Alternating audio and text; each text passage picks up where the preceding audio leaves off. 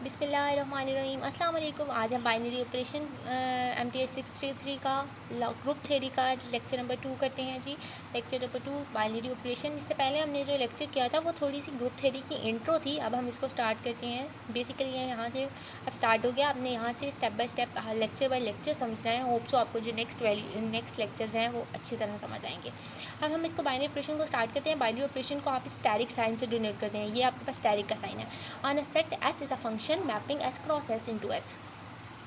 कि क्या है कि ये कोई आपके पास कोई किसी सेट एस पे उस फंक्शन की मैपिंग क्या होगी, एस क्रॉस एस होगी। मतलब अगर आपके पास सेट है ए बी, तो इस फंक्शन की मैपिंग एस क्रॉस, अगर ये ए बी किसी एस क्रॉस एस से बिलोंग करता है, तो हम इसकी मैपिंग को ए बी ऑफ एस को किस तरह से करेंगे कि ए स्टैटिक बी से। ठीक है, कि आप ये वाला स्टैटिक का साइन कर लें या ये आपके पास स्टैटिक का साइन इसी तरह का कुछ होता है, तो आपकी ये होता है स्टैटिक का साइन। तो आपने कहा कि जो ए स्टैटिक बी है ये इसकी फंक्शन की मैपिंग होगी। अब हम इसको बाइनरी ऑपरेशन को यूज़ करते हुए डिफरेंट फंक्शन पे कहेंगे कि इस पे सेटिस्फाई करता है, जिस पे नहीं करता। फॉर एग्जांपल अगर हम एडिशन, मल्टीप्लिकेशन, डिवीजन जिस पे भी हम देखेंगे, अब नेक्स्ट सोआन देखते हैं कि आप देखें यूजुअल एडिशन पे वो कहता है कि बाइनरी ऑपरेशन इन सेट्स के लिए सेटिस्फाई करता है। अगर आपके पास रियल नंबर का सेट है, कॉम्प्लेक्स का है, इंटीजर्स क्या है, रैशनल का है, R positive that is real positive का है, इंटीजर रैशनल पॉजिटिव का है या इंटीजर पॉजिटिव, मतलब कि आर पॉजिटिव का मतलब रियल नंबर में पॉजिटिव वैल्यू का, रैशनल नंबर में पॉजिटिव वैल्यू का, एंड इंटीजर्स में पॉजिटिव वैल्यू का सेट है, तो यूजुअल एडिशन मतलब वो एडिशन जो है वो बाइनरी ऑपरेशन पे इस सेट पे होगा। इसी तरह अगर आप मल्टीप्लिकेशन में देखें, मल्टीप्लिकेशन पे भी इन्हीं नंबर्स पे बाइनरी ऑपरेशन होगा। इसी तरह अगर यूजुअल मल्टीप्लिकेशन अब किन इनमें से किन वैल्यू पे नहीं होगा, अगर आप रियल में से ज़ीरो को निकाल दें तो उस पर यूजुअल मल्टीप्लिकेशन बाइनरी ऑपरेशन है। कॉम्प्लेक्स में से ज़ीरो को निकाल दें, इसी तरह रैशनल में से, मतलब आप रियल का आपका अगर 1 2 3 4 अप टू 5 सब अप टू सो ऑन है, इन्फिनिटी तक हैं, तो आप उसमें से ज़ीरो की वैल्यू ना लें, बाकी सारी पे मल्टीप्लिकेशन चेक कर लें तो आपको बाइनरी ऑपरेशन होगा। इस तरह कॉम्प्लेक्स पे, रैशनल पे, इंटीजर पे। इसके बाद हम मैट्रिसेस पे देख लेते हैं। ये असल में माइनस का साइन है, ठीक है, माइनस का साइन है। अब हम इसका मैट्रिसेस पे देख लेते हैं। मैट्रिक्स में क्या होता है, मैट्रिक्स में एडिशन में बाइनरी ऑपरेशन डिफाइन नहीं होता है। अब क्योंकि मैट्रिक्स में आप एडिशन पे बाइनरी ऑपरेशन क्यों डिफाइन नहीं होता, कि अगर आपके पास एक मैट्रिक्स है, उसकी 2 by 2 की मैट्रिक्स है, एंड जो नेक्स्ट मैट्रिक्स है वो आपके पास अगर उसके रोज़ और कॉलम्स डिफरेंट हैं, अगर आपके पास पहली मैट्रिक्स में नंबर ऑफ़ रोज़ जो है वो 2 हैं और और नंबर ऑफ़ कॉलम जो है वो 3 हो रहे हैं, तो नंबर ऑफ़ रोज़ और नंबर ऑफ़ कॉलम्स पे डिपेंड करता है। तो इसलिए आपकी मैट्रिक्स बाइनरी ऑपरेशन में एडिशन पे जो है वो बाइनरी ऑपरेशन नहीं सेटिस्फाई करता है या डिफाइन नहीं होता है।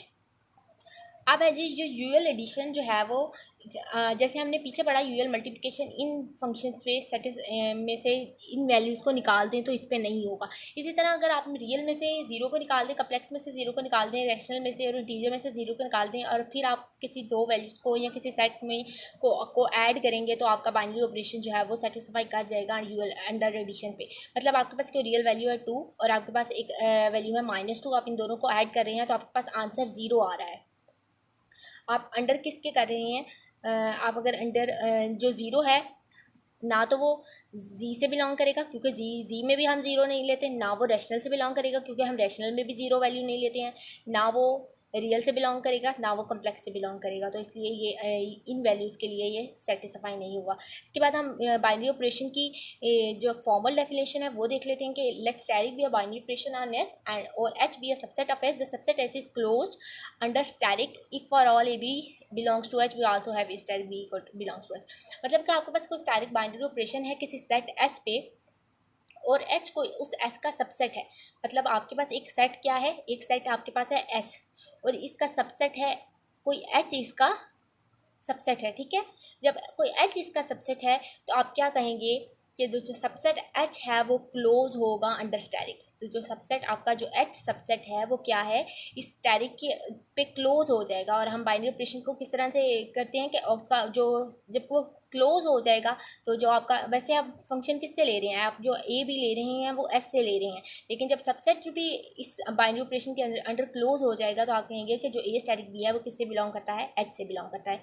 इस केस में बाइनरी ऑपरेशन जो जब आप एच पे ले रहे हैं, मतलब आपका बाइनरी ऑपरेशन एच पे आ गया, आपका पहले सेट एस था और उसमें एच कोई सबसेट आ गया था, तो आपका जब एच गिवन बाय वो एच आपको किस तरह से मिलेगा, अगर आप स्टैटिक ऑपरेशन एच पर रिस्ट्रिक्ट कर देंगे, मतलब आप उसको एच पर स्टैटिक ऑपरेशन नहीं लगाएंगे, तो is the induced operation on H, तो आपका जो ऑपरेशन होगा वो इंड्यूस्ड ऑपरेशन होगा एच पे। अभी जो हमने रीड आउट किया कि वो जो एच पे इंड्यूस्ड ऑपरेशन हो जाएगा, ये आपके ऑब्जेक्टिव के लिहाज से बहुत इंपॉर्टेंट है। अब हम देख लेते हैं कि usual addition on the set of real number does not induce binary operation. Real number पे यूएल एडिशन का जो है वो बाइनरी ऑपरेशन पे इंड्यूस नहीं होता है, ठीक है। आप रियल नंबर में यूएल एडिशन करना चाहेंगे वो नहीं होगी। किस किस के लिए, on the set of real में से आप जीरो को निकाल दें, of non zero real numbers.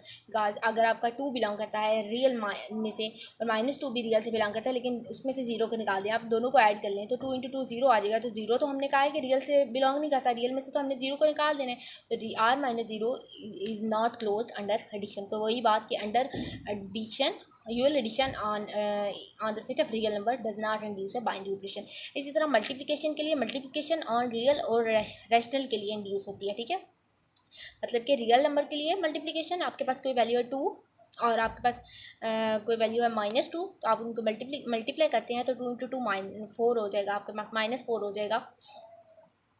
Sorry, आपके पास कोई वैल्यू है 2 और आपके पास एक रियल पॉजिटिव से हमने वैल्यू ले ली है 2, पॉजिटिव 2 ले रही है, तो आपके पास 2 × 2 4 हो जाएगा। तो आपके लिए जो फंक्शन आएगा वो 4 वो आपके रियल में से ही आएगा। तो मल्टीप्लिकेशन के लिए बाइनरी ऑपरेशन जो है वो सेटिस्फाई कर देगा।